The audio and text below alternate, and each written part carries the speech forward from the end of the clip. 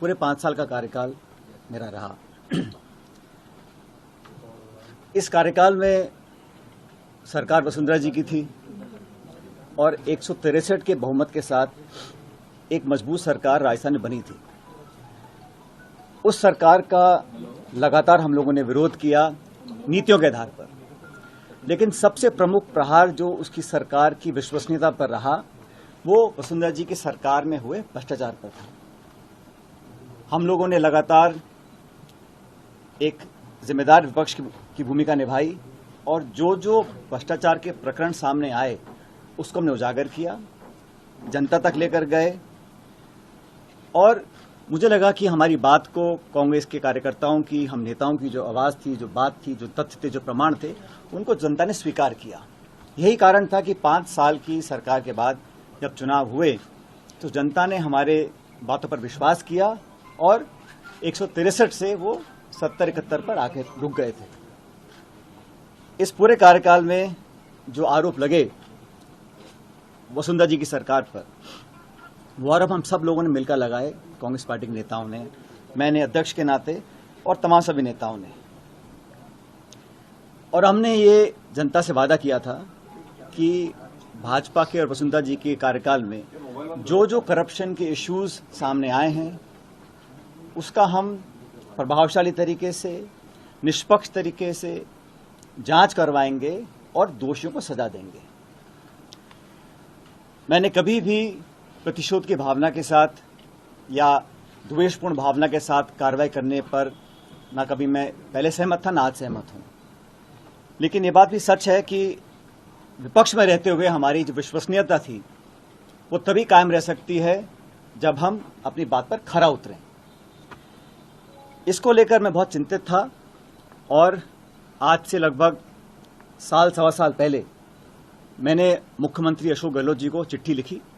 उनको मैंने कहा, वो चिट्ठी मेरे साथ है, मेरे सामने है, मैंने बड़े विस्तार से पूरे घटनाक्रम का विवरण उसमें रखा और मैंने कहा कि हमारी सरकार को बने अब लगभग 3.5 साल हो गए। उस समय अब समय आ गया कि हम लोग अपने बातों पर खरा उतरें।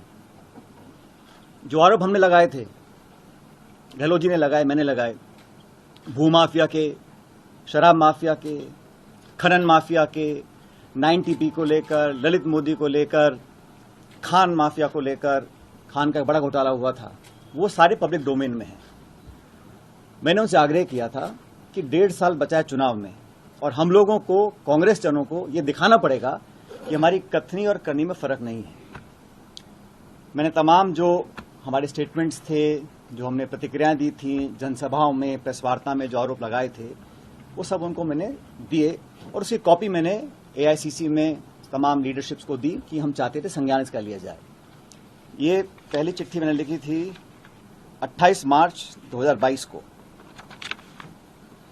उसका मुझे जवाब नहीं मिला, तो फिर मैंने 2 नवंबर 2022 को एक और चिट्ठी लिखी। उसमें उनको बड़ा विनम्रता से आग्रह किया कि मैंने आपको पहले लिखा था, ये प्रकरण हुए, ये आरोप आपने लगाए, मैंने लगाए, पूरी कांग्रेस पार्टी ने लगाए और जनता ने हमारी बातों को विश्वास किया। तभी तो हम लोग जहां सिर्फ 21 सीटों पर रह गए थे 2018 के चुनाव में, 2013 के चुनाव में 21 से लेकर हम 100 तक पहुंचे, तो हमारी बात पर लोगों ने विश्वास किया था। चिट्ठी लिखी मैंने 2 नवंबर 2022 को, उसका भी जवाब मुझे मिला नहीं। और हम चाहते हैं कि जब जनता के बीच जब सिर्फ 6 महीने का, 7 महीने का समय बचा है, तो हम लोग पब्लिक में जाएं, उससे पहले हम लोग कुछ कार्रवाई करें।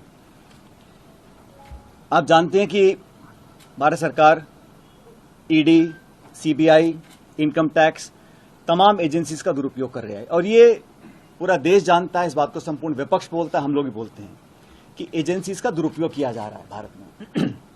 और 95% जो छापे, नोटिस, कार्रवाई हो रही है ED के माध्यम से, वो विपक्षी नेताओं के ऊपर हो रही है। इसको लेकर विपक्ष की तमाम पार्टियां न्यायालय तक भी गई हैं।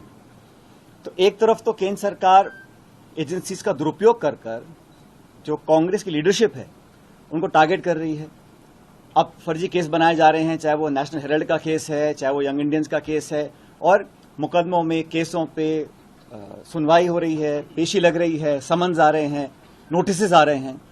एक तरफ तो वो ऐसा काम कर रहे हैं और राजस्थान सरकार जो हमारी अपनी सरकार है, यहां पर जो हमारे एजेंसी संसाधन हैं उनका हम ना तो सदुपयोग करें ना उपयोग कर रहे हैं।